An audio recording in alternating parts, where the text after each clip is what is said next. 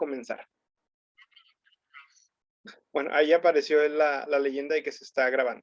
Entonces, la clase anterior empezamos a ver, pues, qué era la microbiología de forma conceptual, ¿no? Entonces, vimos que la microbiología se encarga de estudiar los seres vivos de pequeño tamaño y normalmente lo que llamamos microorganismo, pues son todos aquellos seres vivos que no pueden ser vistos a través de la capacidad de resolución del ojo humano, ¿no? Que normalmente es algo menor a 1 milímetro, ¿no? Esta conceptualización es bastante ambigua. ¿Por qué? Porque pues, si ya se dieron cuenta, no todos vemos igual. Pues obviamente una persona que es ciega, una persona que ha perdido un ojo o una persona como su servidor que tiene astigmatía y miopismo, pues tiene una capacidad de resolución mucho menor. Entonces, si yo no usara los lentes, para mí los microorganismos serían casi cualquier cosa que está más allá de 2 metros de mí, ¿no? Entonces, debido a que es un concepto pues muy heterogéneo, pues la microbiología se dedicó a observar los microbios y a asignarles o a descubrir más bien cuáles eran sus características para agruparlos en ciertos grupos, ¿no? Entonces, la clase anterior ya habíamos visto que dentro de la microbiología vamos a estudiar a dos tipos de entidades, ¿no? Vamos a llamarlas entidades biológicas, aunque sabemos que una de ellas no está viva, ¿no? Las entidades no celulares, las cuales no están vivas, pues son los virus, los viroides y los priones, ¿no? Hablamos un poquito de ellos y dimos algunos ejemplos y nos dimos cuenta de que estas cosas pues realmente no están vivas. Una vez que crecen, ya no presentan desarrollo, ya que están formados, pues nunca tienen metabolismo. Los virus no se reproducen, los virus se replican y otra serie de características que no permiten darles, vamos a decirlo de alguna manera, la definición de ser vivo, ¿no? Por otra parte están los microorganismos verdaderos, los seres vivos, que son organismos celulares. Habíamos dicho que todos los microbios tienen por lo menos una célula. Sabemos que dentro de los organismos celulares hay a su vez dos grandes grupos, que son los procariotes y los eucariotes, ¿no? Los procariotes son todas las bacterias y las arqueas, antes denominadas arqueobacterias, y pues tienen la particularidad de que no tienen un sistema de endomembrana ni organelos bien definidos, ¿no? Por otra parte, y por el contrario, el resto de los organismos celulares son eucariontes. Ya habíamos dicho que el dominio eucaria es uno de los más modernos, es donde nosotros nos encontramos, y dentro de este dominio pues existe la particularidad celular de, como su nombre lo indica, eu verdadero y carión núcleo, de que tienen un núcleo verdadero bien definido, un sistema de endomembranas también muy bien definidas y una serie de compartimentos organelos que se encargan de funciones muy específicas, ¿no? Entonces, la palabra organelo, pues suena un poquito como a órgano, ¿sale? Como los órganos internos que tenemos, corazón, cerebro, hígado, pulmones, y si se fijan, pues cada uno de esos órganos, pues tiene una función específica, al igual que los organelos que más adelante analizaremos, ¿no? Vimos cuáles eran las características de las bacterias, de algunos protozoarios, como las amibas que causan algunas enfermedades. También vimos a los hongos, vimos que las levaduras pues son una cosa pues muy sabrosa porque se encargan de hacer el vino, la cerveza, el pan. También vimos que los hongos filamentosos pueden llegar a causar enfermedades, pero también se les puede llegar a sacar provecho en la producción de antibióticos, como es el caso de la penicilina, ¿no? Es el ejemplo más clásico, ¿no? Y lo que vamos a ver de nuevo el día de hoy es un poquito acerca de la historia, ¿no? Entonces, vamos a ver qué onda con la historia de la microbiología. Eh, la microbiología como tal surge con el descubrimiento de los microorganismos, ¿no? Es una ciencia que a diferencia de otras ciencias, como la astronomía, por ejemplo, se tardaron muchísimo, muchísimo en aparecer, ¿no? Entonces, la microbiología como tal puede tener tres grandes periodos, ¿no? Y vamos a analizarlo, ¿no? ¿Por qué se tardó tanto en existir la microbiología? Pues como ya lo habíamos dicho, a nadie se le había ocurrido que existían cosas que no podemos ver. Entonces, hasta que no se inventaron los microscopios, pudimos descubrir, pues, qué microbios había, ¿no? Entonces, hay tres grandes periodos dentro de la historia de la microbiología: el periodo primitivo, el periodo observativo descriptivo y el periodo experimental, que es el que tenemos hasta nuestros días, ¿no? Entonces, el primero, pues era una cuestión más ¿cómo decirlo?, de pensamiento, de fe, de elucubraciones, de hipótesis que la gente se hacía. En la antigüedad, pues, dado que no se podían ver los microorganismos, pues no se sabía cómo se daban algunas enfermedades, ¿no? Pero mucha gente empezó a creer que debía haber algo en el aire, algo en el ambiente que no se podía ver, que podía diseminar las enfermedades. Entonces, los primeros pensadores romanos que se dieron cuenta de esto, pues se percataron que, por ejemplo, en los pantanos o en lugares donde había lagos y el agua estaba encharcada o había mucha vegetación y humedad, a la gente le daba esta enfermedad que conocemos como malaria. Entonces, la malaria viene de, pues, de la conjunción de dos vocablos latinos que significa mal, que es obviamente malo, y aria, que es aire. Entonces, era una enfermedad del aire malo. Entonces, se dieron cuenta de donde había pantanos y olía feo. Normalmente, pues, a la gente que pasaba por ahí o que vivía cerca de ahí, pues, ¿qué sucedía? Pues, que le daba la malaria, ¿no? Entonces, por eso tiene ese nombre, ¿no? Eh, Luego vino el periodo observativo descriptivo, ya más moderno, desde 1964 a mitad del siglo XIX, y aquí tenemos al padre de la microbiología clásica, ¿no? El señor Anthony van Leeuwenhoek, y fue el primero que se dedicó al diseño de microscopios, ¿no? Microscopios, pues la verdad, bastante simples, ¿no? Entonces, estos microscopios, a pesar de ser sencillos, pues permitían aumentar la capacidad de visualización de las cosas que no podíamos ver, y gracias a eso, pues Leeuwenhoek fue el primero en describir de forma detallada los primeros microorganismos que se pudieron observar, ¿no? Entonces, los microorganismos se empezaron a ver por allá del año 1673 a 1974, ¿no? Y esto es un esquema y una fotografía de cómo era el primer microscopio de Leeuwenhoek, ¿no? Entonces, ustedes dirán, pues esto no se parece en nada a lo que tenemos en nuestros días. Y sí, efectivamente no se parece en nada, ¿no? Entonces, dentro de este pequeño orificio se encuentra la letra A, por ahí entraba la luz que iluminaba o que causaba la difracción de este pequeño cristal. Leeuwenhoek, para hacer una analogía, pues era un poquito así como, se me va el nombre, Edison, que probó con diferentes filamentos para crear el foco eléctrico que conocemos. Él probó diferentes materiales para ver con cuáles se visualizaba mejor. Entonces, se ponía la muestra, que no había portaobjetos ni cubreobjetos, a veces eran gotas de agua, a veces era la muestra cruda, y de esta manera se acercaba uno a este equipo, a su ojito, veía a través del orificio y se realizaba pues una observación, ¿no? Entonces, Leeuwenhoek, y estas son pues fotografías de sus diseños hechos a mano, él escribía reportes de las cosas que él había visto, ¿no? Entonces aquí tenemos las letras de la A hasta la H, y empezó a dibujar lo que él veía. Entonces se dio cuenta que los microbios pues no tenían una forma bien definida. Había formas que tenían forma de bacilo o formas esféricas o de coco, ¿no? Entonces fue el primero en observar estas cosas, ¿no? Y dado que algunos de ellos presentaban movimiento, a Leeuwenhoek le parecían animales chiquitos, y por eso los denominó animálculos, ¿sale? Entonces, esto pues fue un reporte de él de 1674.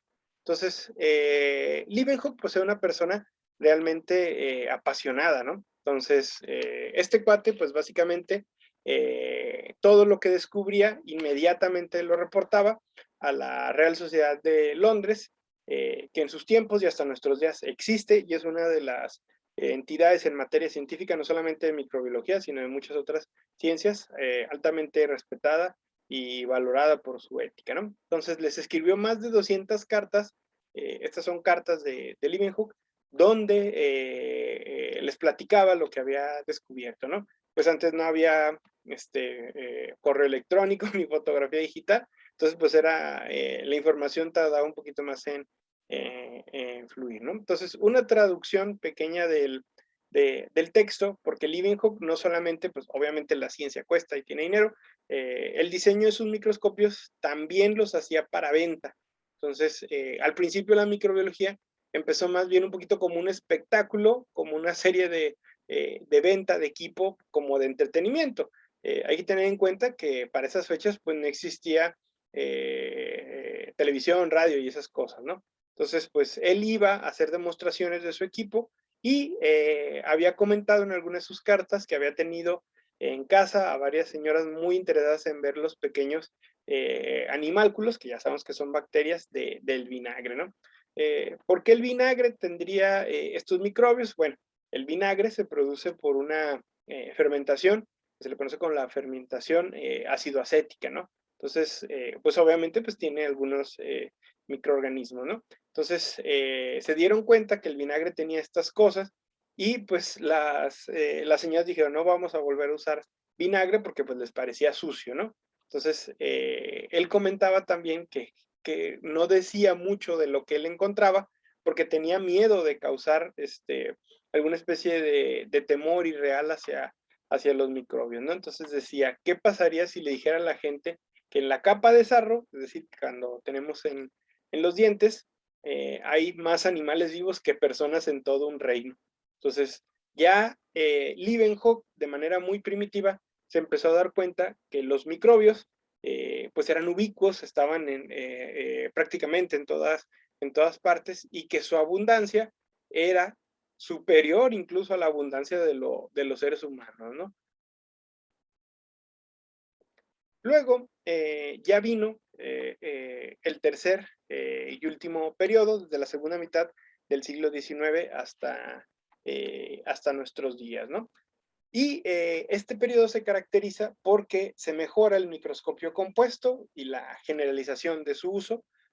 Como les había comentado hace un momento, pues el microscopio antes era pues un juguete para las clases pues más ricas. Sin embargo, pues ya haciendo la analogía hasta nuestros tiempos, pues prácticamente ya cualquier preparatoria técnica en la ciudad de Torreón, Coahuila, tiene acceso a un microscopio para que los jóvenes investigadores pues, puedan observar los microorganismos, ¿no? También entendimos un poquito más acerca de la naturaleza y la importancia de los microorganismos, ¿no? Y aquí entran en juego dos figuras conocidas por su parte, Pasteur y Koch, como padres de la microbiología moderna, ¿no? Sobre todo se le da este título más a Pasteur, al doctor Louis Pasteur, porque son los que sientan las bases para que la microbiología sea una ciencia verdadera, ¿no? A la par de las restas, ¿no? Entonces, la microbiología, al desarrollarse, pues busca darle solución a tres preguntas importantes, ¿no?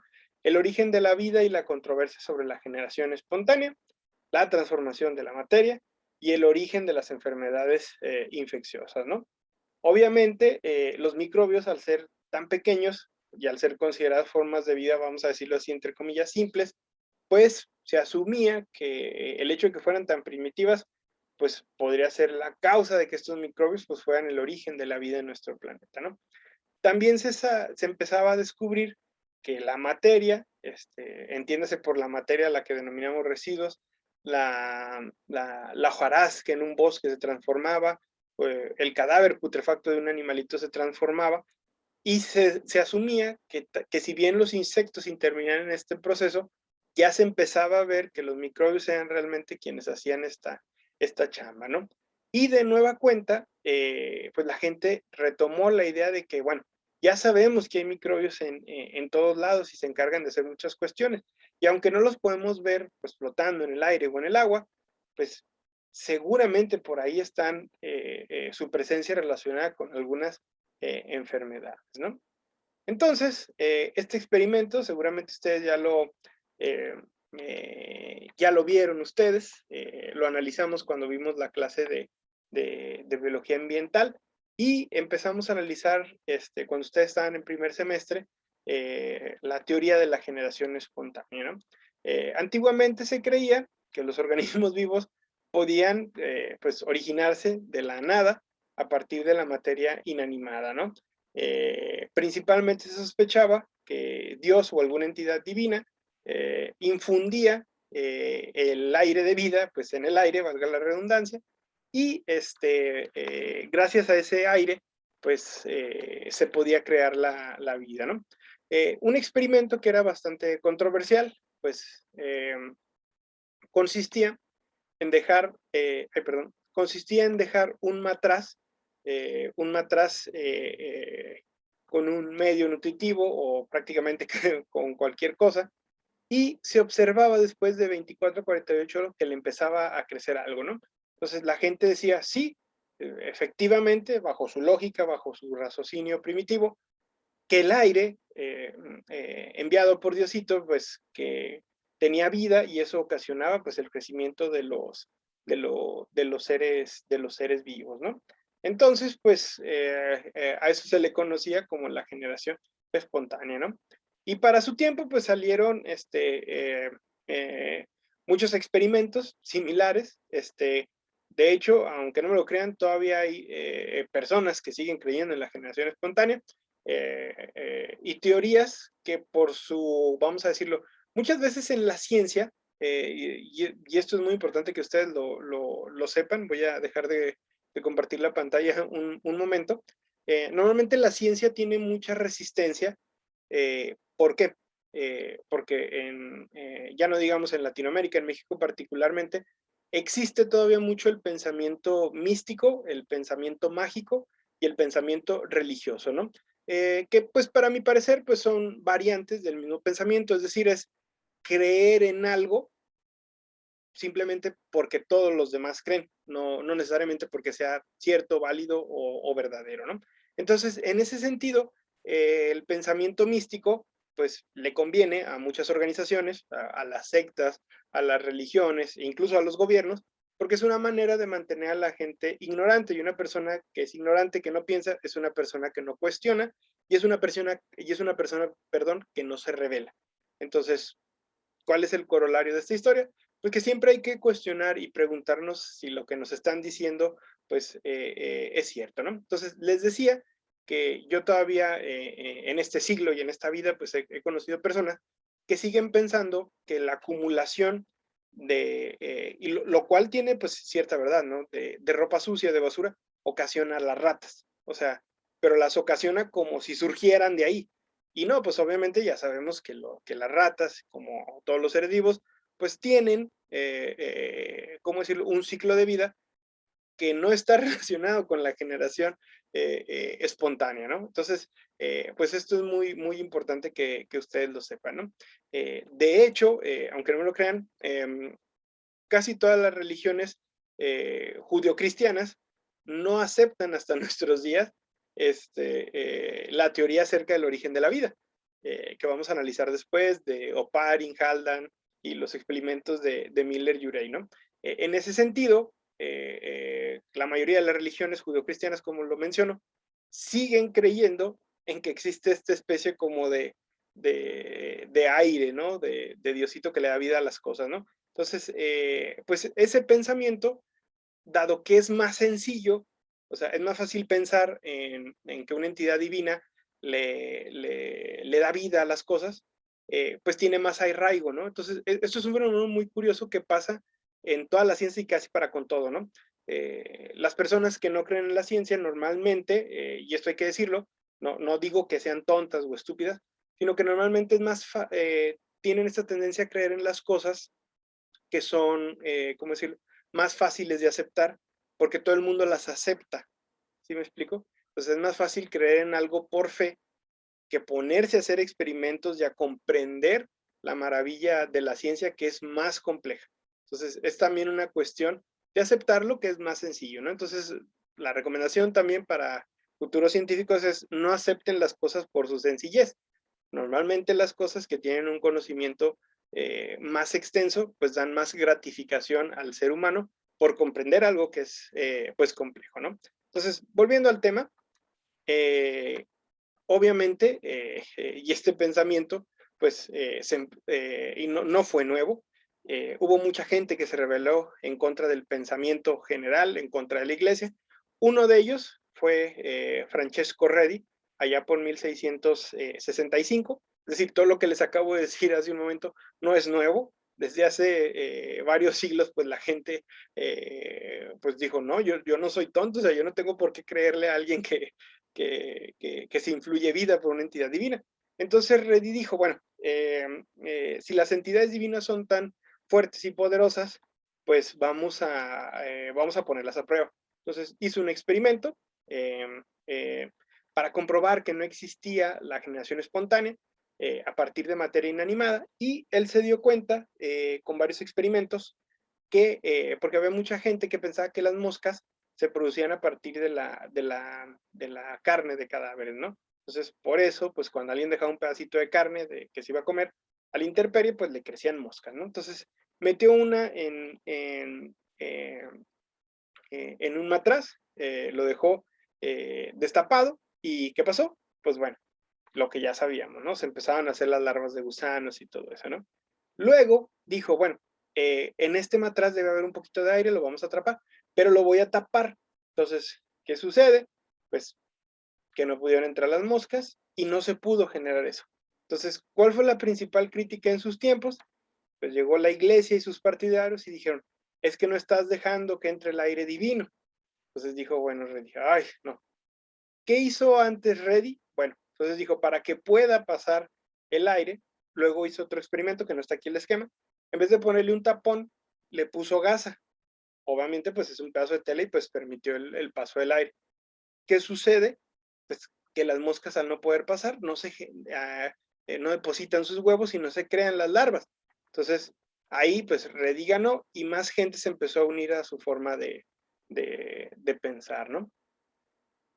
Más adelante vino Louis Pasteur, casi 2 siglos después, en 1861, y hizo el famosísimo experimento de los matraces de cuello de cisne, ¿no? Entonces, los matraces de cuello de cisne, pues son una forma indiscutible de comprobar que no existe la generación espontánea, ¿no? Entonces, más adelante, pues vamos a ver a detalle cómo hizo él este experimento, porque es uno por los cuales ¿cómo se llama? Es uno de los experimentos pues más representativos en la ciencia, no solamente de la microbiología, sino de la ciencia en general. Es por el que se le reconoce más, pero Pasteur hizo 1 kilo de cosas. Ese señor pues era un iluminado, ¿no? O sea, prácticamente descubrió la fermentación, se dio cuenta de que las bacterias del aire pueden producir la fermentación, inventó las vacunas, hizo un montón de cosas, ¿no? Entonces, más adelante vamos a analizar cada uno de estos, de los experimentos que hizo Louis Pasteur, ¿no? Muy bien, chicos, hasta aquí. ¿Alguien tiene alguna duda o pregunta, comentario? No. ¿No? No. Antes de irme, les voy a compartir mi pantalla. Esta tarea no es todavía para la próxima sesión. Yo les diré cuándo se las voy a encargar. Está un poquito más sencilla. Seguramente se las voy a dejar esta semana o a principios de la que sigue. Es un documental, ya está en YouTube. Luego les voy a poner el link. Obviamente yo lo bajé y lo descargué para que ustedes lo puedan ver. Se llama El sorprendente mundo de los microorganismos. Hay que hacer un resumen de las ideas principales, 2 cuartillas como mínimo, obviamente a mano, y pueden añadir información que les interese, ¿no? Citarlo y referenciarlo en formato APA. Y ya saben, pues traducir la caricatura, ¿no? De nueva cuenta, les pido que me recuerden, pues hablar un poquito de la caricatura, porque esta está bastante interesante, ¿no? Trata acerca de cómo las bacterias intercambian material genético con sus semejantes, ¿no? Si alguno de ustedes no pudiera ver el video en YouTube por los datos y esas cosas, me dice y me doy aquí un quebradero de cabezas para ver cómo subirlo aquí al Facebook, ¿no? Entonces, chicos, sería todo por hoy. Si no hay más preguntas, nos vemos la próxima sesión. Les recuerdo, pues, estar al pendiente de los grupos para ver si hay clase o no por el curso de certificación que estamos tomando. Ok, chicos, de mi parte sería todo. Espero que se encuentren muy bien y los estoy viendo la próxima sesión. ¿Sale? Cuídense mucho. Hasta luego. Bye, bye. Bye. Chao.